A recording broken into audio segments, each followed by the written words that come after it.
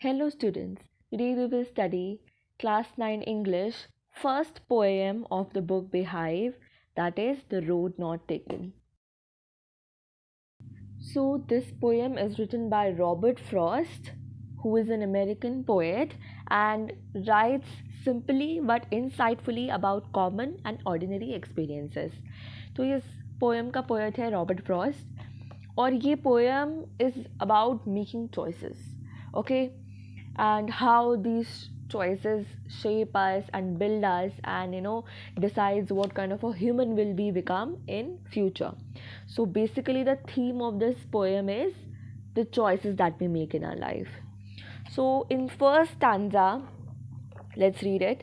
Two roads diverged in a yellow wood, and sorry I could not travel both, and be one traveler long I stood and looked down one as far as I could and to where it bent in the undergrowth. तो first stanza में जो poet है वो एक ऐसे point पे आ गया है जहाँ पे रोड्स दो में डाइवर्ज हो रही है, यानी कि एक road is diverging into two roads, यानी कि अब उसके सामने दो रास्ते आ गए हैं. अब पोएट सोच रहा है कि वो कौन से रास्ते पे जाए, क्योंकि वो एक ही इंसान था और उसके लिए पॉसिबल नहीं था कि वो एक ही समय पे दोनों रोड पे जा सके. He stood there for a long time looking at one of them.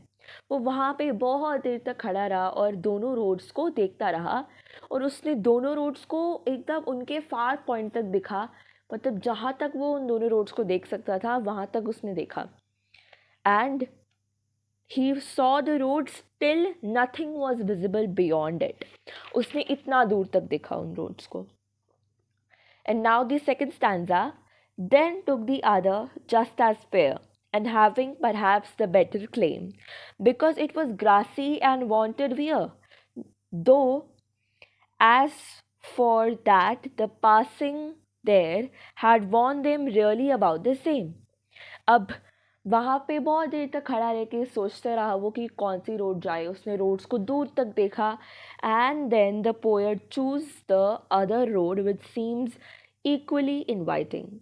ठीक है, अब वो दूसरी रोड को चुन लेता है. देर इज़ नो फर्स्ट और second road name given here, it's just given that he chooses the other road. So we'll only write he chose the other road. He felt more inclined towards it as it was overgrown with grass and it was less worn out. अब उसने उस road को क्यों चुना, वो उस road पे क्यों गया? बिकॉज उस रोड पे जो ग्रास थी वो अब तक एकदम फ्रेश थी, यानी कि उस रोड पे किसी ने पैर रखकर उस ग्रास को ट्रॉड नहीं किया था. The grass on that road was less trodden and less वोन out. Thus, being adventurous, he was tempted to take it as it seemed to be less traveled by. अब जब वहाँ की ग्रास लेस ट्रॉडन थी, यानी कि कुचली नहीं हुई थी, तो ऑफ कोर्स सी बात है कि वहाँ पे ज़्यादा लोग गए नहीं होंगे उस रोड पे. So he chose the less travelled road because उसने सोचा कि वो तो बहुत ज़्यादा एडवेंचरस है. तो उसको ऐसी टेम्पटेशन हुई, उसको मन किया कि चलो मैं वही रोड ले लेता हूँ क्योंकि मैं तो बहुत एडवेंचरस हूँ. However, he felt that a good number of people had walked over the other road too. फिर उसने सोचा कि जो दूसरी रोड है जिस पे मैं नहीं जा रहा हूँ उस पे तो बहुत सारे लोग गए हुए हैं, ऐसा लगता है. Okay, then the third paragraph. And both that morning equally lay in leaves no step had trodden black. Oh, I kept the first for another day, yet knowing how way leads on to way, I doubted if I should ever come back. So इसमें वो बोल रहा है, now in the morning the poet commenced his journey. Okay, तो सुबह poet ने अपनी journey वहाँ स्टार्ट की और उसने ये रियलाइज़ किया कि दोनों में से किसी भी रोड पे किसी ने भी चला नहीं है. No one has walked over either of the two roads, but he decided to stick to his choice for yet another day. वो सोचता है कि चलो ठीक है, मैं अपनी इसी चॉइस पर थोड़ा टाइम और रख के देखता हूँ. Though in his heart of hearts he knew that it might not be possible for him to ever get a chance to revise his choice, because in the journey of life, one road leads to another, and one can seldom relive the moments and undo the circumstances gone by. हालांकि उसको अपने दिल में पता है कि yes, once उसने अपनी जर्नी एक रोड पे स्टार्ट कर दी है, तो वो वापस उसी पॉइंट पे नहीं आ सकता जहाँ से उसने वो जर्नी स्टार्ट की, क्योंकि in the journey of life, it's the journey of life that he is traveling, and in this journey one can seldom matlab one can never or one can rarely come back to relive the moments that has gone by, or to undo the things that one has done. यानी कि अगर उसने एक road choose कर ली है और वो road से वो आगे जाके सेटिस्फाइड नहीं होता है, तो वो वापस उसी पॉइंट पे नहीं आ सकता जहाँ से उसने वो रोड स्टार्ट की थी, बिकॉज वो रोड एक आम रोड नहीं है. It's the journey of life, it's the road of life, और in this road of life one can seldom or never or rarely come back to undo the circumstances that are gone by.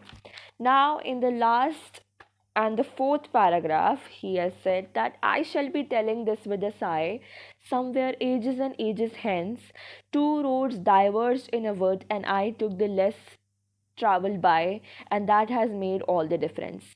तो poet कहते हैं that years later he would confess with a sense of regret that out of the two roads he took up the less traveled one. वो कह रहा है कि आज तो मैंने ये रोड ले ली है, पर मुझे इतना पता है कि बहुत सालों बाद मैं अपनी इसी डिसीजन पे पछताऊँगा. रिग्रेट करूँगा मतलब पछताऊँगा, और मैं ये पछताऊँगा कि मैंने वो रोड क्यों चुनी जहाँ पे ज़्यादा लोग नहीं गए थे. This specific choice has made his life what it was today. It had altered the course of his life. और उसी चॉइस ने, उसी रोड पर चलने की चॉइस ने आज उसकी ज़िंदगी को बदल दिया है. And it had altered the course of his life. Okay. So, what is the theme of this poem? We know that the theme is based on the choices that we make in our life, but what is the actual meaning of this? So, the road not taken deals with a dilemma that man faces in life. ये जो story है, ये जो poem है, ये actually deals with the dilemmas. Dilemmas मतलब the different choices that we have to make in our daily life, and the dilemmas that man faces in a life. Life throws up many alternatives. ज़िंदगी में हमें बहुत सारे alternatives यानी कि बहुत सारे ऑप्शंस मिलते हैं. Man being an individual can not take up all the choices. हम एक होते हुए एक ही चॉइस को ले सकते हैं. We can not opt two choices simultaneously. The impact that our choice will make on our lives can also not be foreseen. और जो चॉइस हम ले रहे हैं उसका हमारी लाइफ पे क्या इम्पैक्ट होगा वो भी हम पता नहीं कर सकते हैं. We can not predict the future of course. Hence our decision is a shot in the dark through our future is dependent on. तो हमारी जो चॉइसेस हैं वो अंधेरे में तीर चलाने जैसा है. It's the shot in a dark जिस पे हमारा सारा फ्यूचर डिपेंड करता है.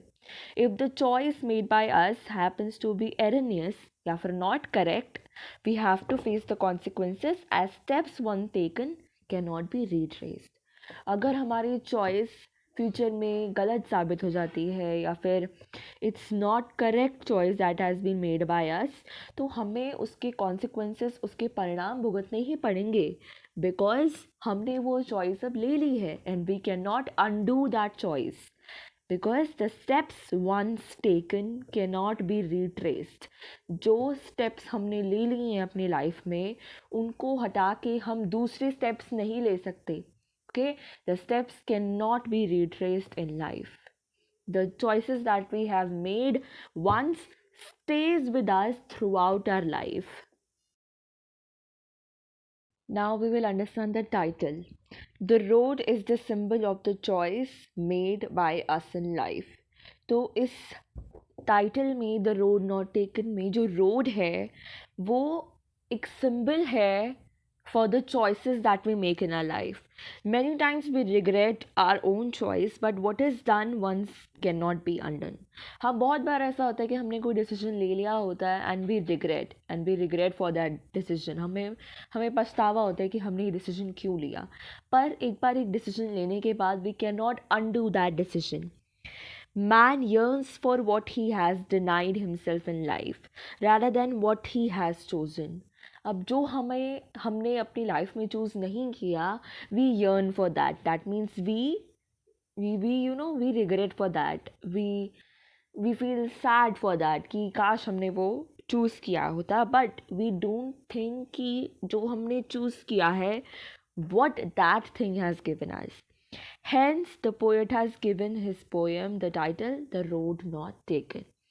So basically, तभी इस poem का नाम The Road Not Taken है, because it में road symbolizes the choices made in life, and what choices we take is the other two words that says that the choices not taken in life. Basically, अगर road को as a symbol for choices ना लिया होता, तो definitely poem का जो title है that would have been the choices not taken. पर यहाँ पे चॉइसेस की जगह रोड को एक सिंबल लिया गया है. So the title is apt for the poem that is the road not taken.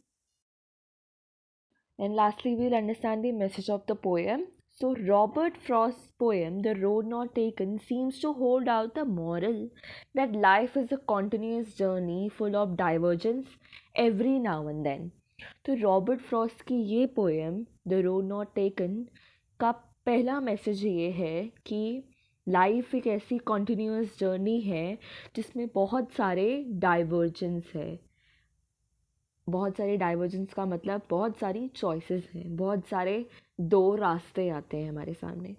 The important thing is to move on without looking back whether the choice of path taken was right और wrong. और उस divergence पे जो आपने choice या फिर जो path आपने लिया है उस पर स्टिक रहना, उस पर आगे बढ़ते रहना, वेदर दैट पाथ और दैट चॉइस इज राइट और रॉन्ग. द राइट और the wrong are relative terms. We cannot get everything in life and have to make choices. अगर हमें ऐसा लगता है कि हम दोनों रोड्स पे एक साथ जा सकते हैं तो that is nearly impossible. Okay, हमें ज़िंदगी में सब कुछ नहीं मिल सकता and we have to make a choice between things. The second message that we get is whatever direction our life takes is determined by the choice made by us. और जो भी हम चॉइस लेते हैं उसी पे हमारी लाइफ डिपेंड करती है. हमारी लाइफ अच्छी होगी तो हमने पहले अच्छी चॉइस ही ली होगी. अगर हमारी लाइफ ख़राब होगी तो हमने पहले ख़राब ही चॉइस ली होगी.